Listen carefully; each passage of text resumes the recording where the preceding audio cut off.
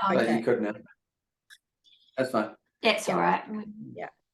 So, so just to bring this, you know, sort of, this is how I run my Profit First and my two different businesses.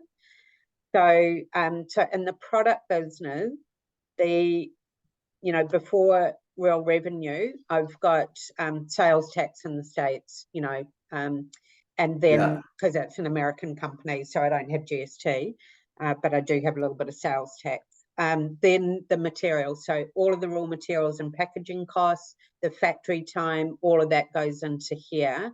And that for me was such a game changer, you know, and if you ever wanted me to do like a webinar for your clients, like this is for consumer packaged goods, this is such a game changer, actually setting aside that money every week so that when it comes time to place the purchase order, the money's just sitting there. So no more stress. Yeah. Because for me, that my purchase orders, you know, tend to be around like 30,000 US dollars when I place an order. And so it was always just like, holy shit, how am I going to pay that? You know? So now it's just like the money's there, I just wire it off. And now with e-wallet, I do it even more easily. Save a bit of money on Forex. Yeah, exactly. So so then the ones that I don't touch, and so I'm at tax is my profit, my owners paying my tax. And then so there's some interesting ones in here for you. So product development, so I used to, like, you know, I went and had a meeting with some buyers at Harrods, for example, and they're like, we love your range, we love your product, but gosh, you know, for us to bring you in, we need more SKUs. And so I'd be like, no problem. And so then I'd go and launch a product without actually being able, so how did I fund that? From my savings, you know, my business savings. And so I no longer do that. I now just set money aside every week for product development, and like now I'm working on something because I've got enough money sitting there to be able to do that. So then I had debt just like you guys. So I did 5% into my debt killer account. Now all the debt's gone. So I have renamed that and kept it the same, but now it's my advertising budget. So, you know, so that's now going to TikTok advertising. So the other big ones for me are the warehouse rent, so the 3PL costs, and then insurance. So this is another one that might be really relevant for you guys. So what are some of the big annual costs that you have that you may be paying more because at the moment with tight cash flow, you've set it up as a monthly payment versus doing an annual payment? And so for me, that was my insurance because, you know, being in the States, like general liability insurance, product liability insurance, you know, it's a big whack of, you know, it's huge premiums every year. And I used to have to finance it and do, you know, the monthly payment. Now I just like set aside money every week. And so then when it comes to December and my premiums due, I just pay it in bulk and just save a lot of money that way. So is that, like, honestly, there's probably I mean, like our insurance, it's a factor, like it's maybe 4 or 5 grand. And we do like 10 months for professional indemnity insurance. And then it's actually some of it is a lot of the, I was thinking some of the software that we do, like, you know, it's, I mean, sometimes I like doing it monthly because it's flexible. I can like stop someone, but I mean, most of them, if you pay annually, you save 20 to 30% by paying annually. So, you know, that could, you know, where we're clear that yes, we are committed to this software and on this many people. Anyway, I thought I get the point. It is like if you know, rather than just going, well, we don't have that, so we have to finance it. Let's you know, pay have some money there to pay cash for it. And so as you're working through this, have a think about what those are. And then, you know, when you feel comfortable with the system, then we'll add in another account, and and we can call it, you know, large annual purchases or something like that. Well, it's probably, you know, I was actually just thinking it's going to be hard to save and pay though at the same time for that, like at the moment. It'll be a bit later on. Because at the moment you've got to just, you know, pay monthly for the agreements that you've got. You know, like your a good case in point would be your leads that you just bought. So instead of paying, I don't know if there was an option to buy a bundle for 6 months or whatever, that would have been cheaper than the month-on-month payments. But you haven't got the money saved for it at the minute. No. But when you do later down the track, you might. Well, and it's, you know, as the team grows, it might be you actually have to start buying some equipment, you know. Or right. Things like that. Oh, hard. What do you call that? Hard software. Hardware. Capital equipment. Capital equipment. So that's one that I have pretty much all of my tradie clients set up as a capital equipment. So because they tend to, like, you know, just buy things on hire purchase, and again, it's not like all of a sudden you're going to have all of the money there and you'll be ready to go. It's, you know, like, let's say, like, there was one client who, you know, he needed to buy a new truck, a new ute for his foreman. And so we'd been running Profit First for a while, and what was sitting there wasn't the entire amount, but it just meant he could finance way less. And over time he'll catch up, and then he won't have to finance anything. That's right. So then Profit First, much more simple business, much smaller business. So GST, because it's New Zealand, but the things for me that are, again, the big you know, sort of budget items are the certification licensing to Profit First. So again, that was one when I first started, I was paying monthly. Now I just pay it all, you know, annually, and save a shitload there, unbelievable amount there. And then this is another one to think about. So continuing education and development. I have shiny new object syndrome on professional development. And so instead of, you know, again, it's that Parkinson's law at play. So instead of just going, oh, yeah, I want to do that course. Oh, yeah, no, I think that'll be valuable for my clients. Let me do that course. Oh, let me get that certification. I have no willpower around that. And so I use my bank account as my way of setting the willpower. So it's a much smaller amount now. And so now I'm more discerning as well as to what I choose to do. So, so have a think about that, because I suspect, Hamish, you might have a little bit of that in you as well. I think you're right. Very observant of the gym. Yes. Sure does. Right. Okay. So in terms of how do we do this, let me go back to here. So what I encourage clients to do on a quarterly basis, so sort of the process at the end of every quarter, is to rerun your profit assessment, have a look at your percentages, say, can I move closer to tax and my, you know, my profit and my owner's pay and my tax? So those really important ones. And how do I do that? It's by getting my OPEX down even further. And of course, it's also in getting the revenues up.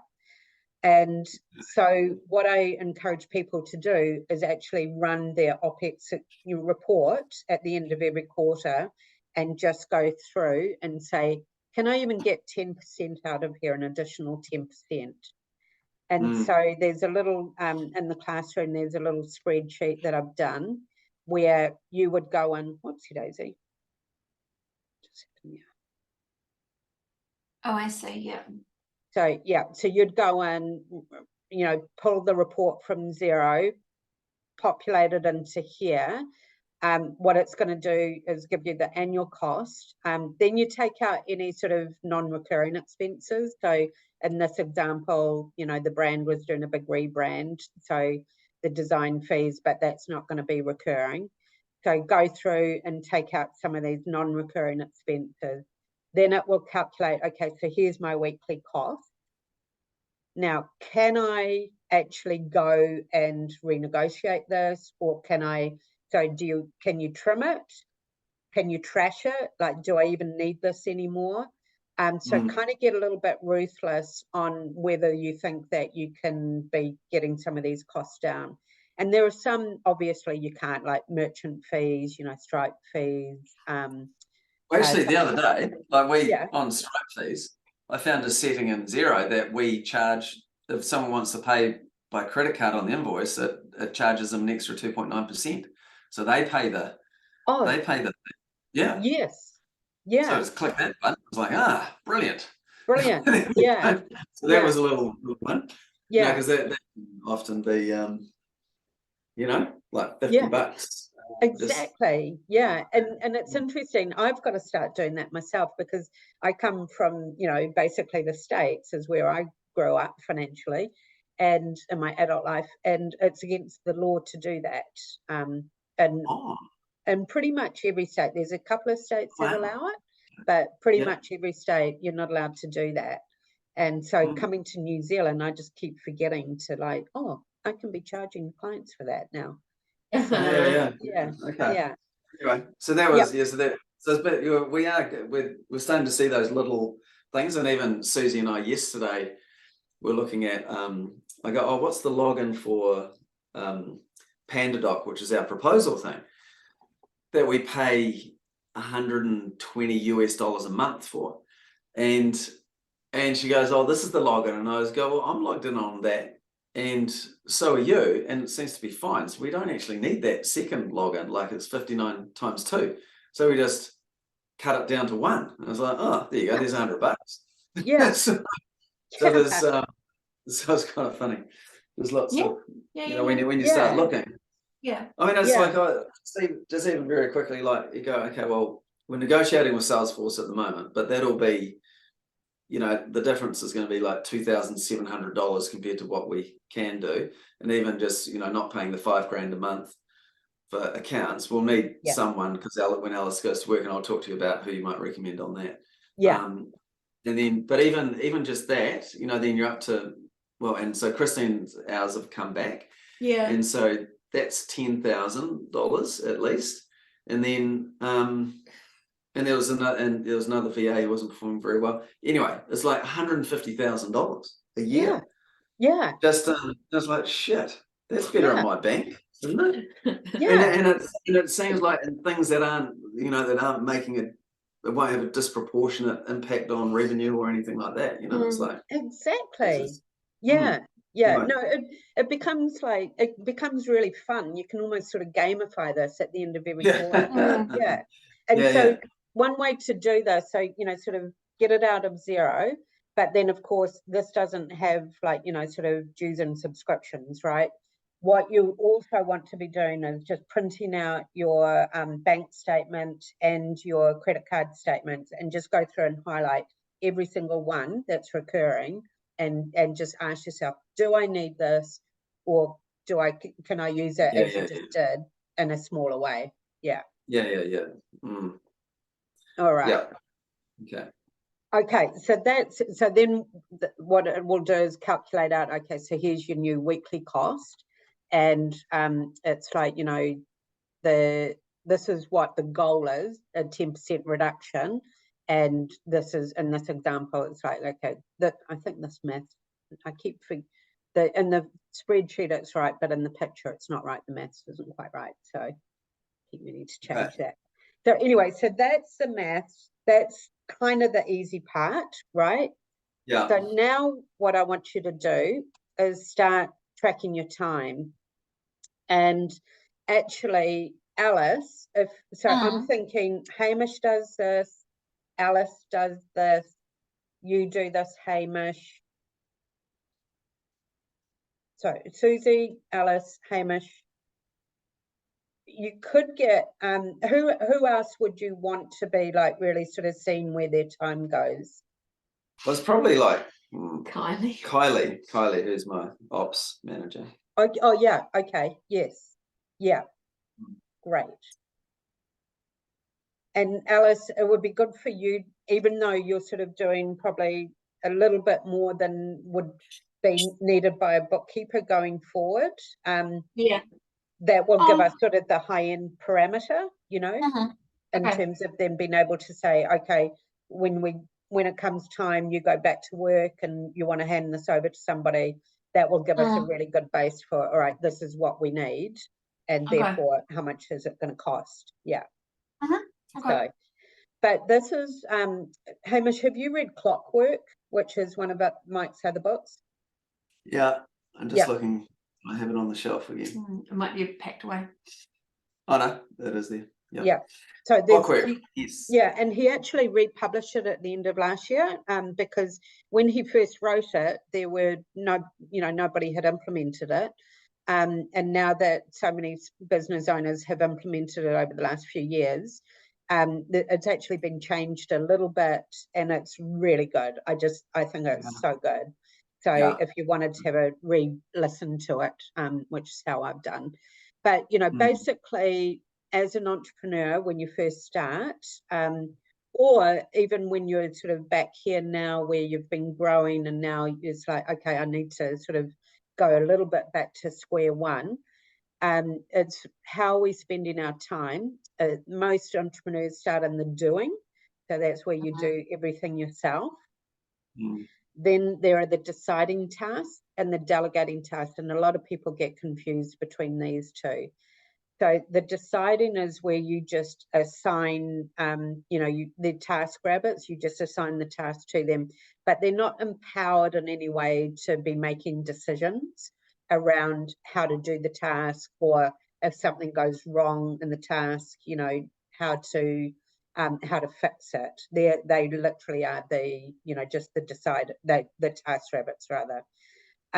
So what's important here, because you don't want them to be coming back at you with a gazillion questions, is making sure that you're giving them the proper training and the proper direction in the first place.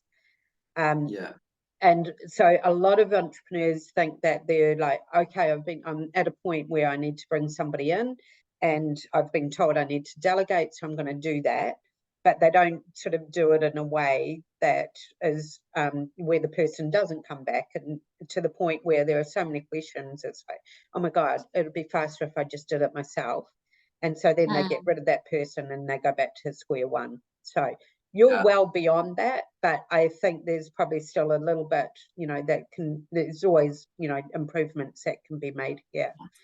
And so someone like Susie or Kylie, for example, in the delegating, are you actually giving them also the empowerment to make decisions on your behalf, or do they have to come back? Look, it's probably a bit of both. Like, I mean, Kylie's probably better at it than Susie. Like, Susie probably still comes back and asks more.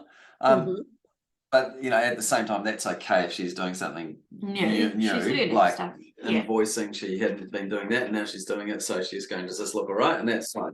So I mean, this here around the this is a big part for me to get right this year. And so one thing that I've been working on this week is actually getting organized, because I've got this, I'm using Notion. It's a bit like Evernote or something like that, but it's kind of like a wiki or a second brain sort of thing. I've just started using that. So I'm kind of capturing everything, and then I can I can share various things, say with Susie. So and so like, to go to the next level, like, I've just got shit everywhere, and so I just need to go, well, and like, even as we're doing this show, I'm like, where's that Profit First login to that classroom thing? And it's like, and so I've, that's one of the things I've got. So I've now got a Profit First folder, and I've got those spreadsheet tabs, links in there, and I haven't actually got this classroom one in there, but I'll do that. And then so it's just like, I know where things are, or if a new input comes, it's just like, well, I'm going to do that. And even so basically I'm committed to getting organized, to then so then I've got a foundation to delegate from, because I can be going, well, this is what we talked about, is that done? Or here's the process for that, or here's what success looks like, comment on, and so that's a big part around this, because the more I can have delegating, particularly even around appointment setting or lead gen, and then next quarter a salesperson could come on and how to delegate and train and onboard and all of that. And even just stuff like, people and holidays and pay rates and contracts and amendments and all of that, it's just getting all that in one place, people's birthdays, like I know what's going on there. So it's literally just going, I burn so much energy, just like I'm saying, I've kind of seen the cost of just being not organized enough, because I've got so many things going on, and it's amazing that I keep it together, but it's like I'm burning so much energy on that versus actually being creative and spending it on the right Can I areas. tell Jenny something so funny though? Because I said to Hamish last night, but don't you like being disorganized? Because I've thought for 11 years you just enjoy the chaos. No. And he's like, no more. I'm like, it's dropped.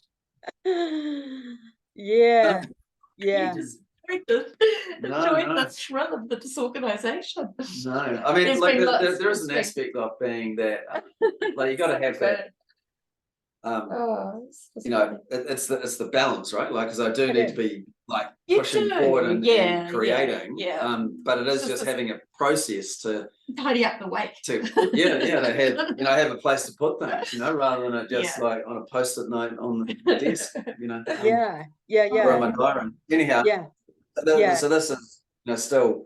It's very good. It's very relevant. It is. It's just what I think is interesting, just from my perspective, is so much change. Like, I don't know, like I'm really grateful for the end of last year and like all the stuff that's happened and just the shift. So there's just been such a huge shift in you, I think.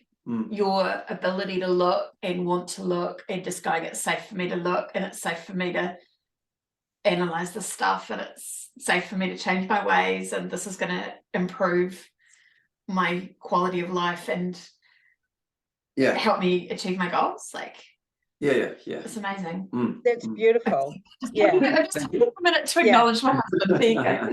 No, that's absolutely beautiful, because life's too short, and like it's a bit of a shake up, because it's quite a different way of operating. Well, it was even last Friday, because with Ricky Jack, like we had this event lined up for the 16th of February. And I was just like, not going to do it. That's coming up real fast. I haven't done anywhere near enough marketing. Haven't even got organised for that. And I just said, Ricky, look, let's just push that out to May. I just I want to do events. I like doing events, but that's not my priority. I have to put so much time to that when my priority is on my business to get things working. And he was like, actually, after the end of the conversation, he's like, you know what? I reckon subconsciously I was a bit anxious about it as well. And as it turned out, the hotel on Tuesday phones and goes, look, we can't do the event because of the flooding. So, anyway, go. Pushed out, and then I had the enterprise, these other clients. I was going to be flying down to Christchurch on the 19th for a meeting, or down the 20th, and then they go, oh look, we're actually going to be in Wellington, and I'd already had my afternoon blocked out to go to the cricket with Warwick, and so now it's just the morning, and it's actually like I don't mind going to Christchurch, but it's still like it still takes me out for 40 hours, So versus now it's out for 4 hours to have the meeting in the morning and then go to the cricket. Go to the cricket in the afternoon. So that's like, it's a win. So I'm actually looking at the calendar going, great, that's 2 trips I haven't had to do, and where I can put my, that I'm hearing stuff done. So even just thinking about it like that. Because I think this is where some of the woo-woo stuff starts coming in as well. Where you get super clear on what you want, the universe just kind of like, maybe having the whole of Auckland flooded is a little extreme. Sorry. Anyway. But you're not wrong. You're not wrong about that. And I think sometimes at an energetic level, these things are really hidden from our view. And there's something about surrendering, like this big thing happened collectively for a lot of people at the end of last year. It happened for me. I got 2 clients that paid me for some coaching. I immediately invested that coaching in paying for a coach to talk to me for two sessions. And the 2 sessions with her doing the energy work just changed so much. But I had to kind of really, really, really realize how much I needed to surrender and break down and just let everything go. Yeah. It's okay. It's going to be okay. Just let it go, let it go. And heaps has shifted since then. Like, I can't even tell you how much has shifted. Awesome. You know? Yeah. For both of us. And just with like the opportunities Alice has got. With the work thing. Now. Yeah, well, this is like, it's it's good. I mean, it's like, that was a big thing I had to get was, just sort of letting go of an idea that I had about building this spiritual business right now at this. I can come back to it, but it's not going to be my priority right now. Like, I want to do something different. And actually what I want to do is that, but I didn't really realize that's what I wanted to do. I thought I wanted to do this other thing, but it was sort of a bit ego driven. Whereas now I go, oh, look, I can go back to my old role or an old, what I was doing previously, but I can bring all this experience and all this transformation over the last 3 years, and I can go back to corporate. And I do like those people. I don't hate them at all. I want to be a part of that, and I want to have that level of professionalism. And I'm just going to let the girls who are over there doing their spiritual business stay over there and do that, because that's actually not me. But I thought it was me, but it's just an interesting, I don't know, it's so complex. No, I love it. Yeah, I'm very excited. And I do have some exciting opportunities. I've been really blessed. Like, I've got 2, we'll wait and see, but it's very promising at the minute. So cool. So it should be. Now, I've got 1 minute before my next meeting. So I wish I had more time. So because I love these conversations. But okay, so what's going to happen over the next 14 days is, and even on the weekends, you're going to be tracking your time. And so on the time analysis, you're going to be doing every single little activity. And then you're going to say, is it a doing task? Is it a deciding task, a delegating task, or a designing task? And so, and if you, if you need me to talk to Susie and Kylie about this as well, or if you feel comfortable, you can just brief them. So it could be good coming from you, I think. Okay, all right. Yeah, so let's set that up then for sure on Monday, so we can get going on this. I might jump on that call as well. So yeah, lovely. All right. And then what we're going to be using the information for is, what are some of the tasks that can be trashed? What are some that can be trimmed? What are some that can be transferred? So Hamish, you might be doing things that actually could be going to someone who's lower cost than you. And then what needs to be treasured? So what are the things that you absolutely love doing that you want to do more of? And so the next part of it is then also going through what are the big buckets around engagement and flow. And so where are you highly engaged in the work versus just going through the motions? And where are you just so in flow that you're in your zone of genius and you're filled with peace and joy and no effort required, that type of thing. That's good. Okay. All right. So that's what you're going to do.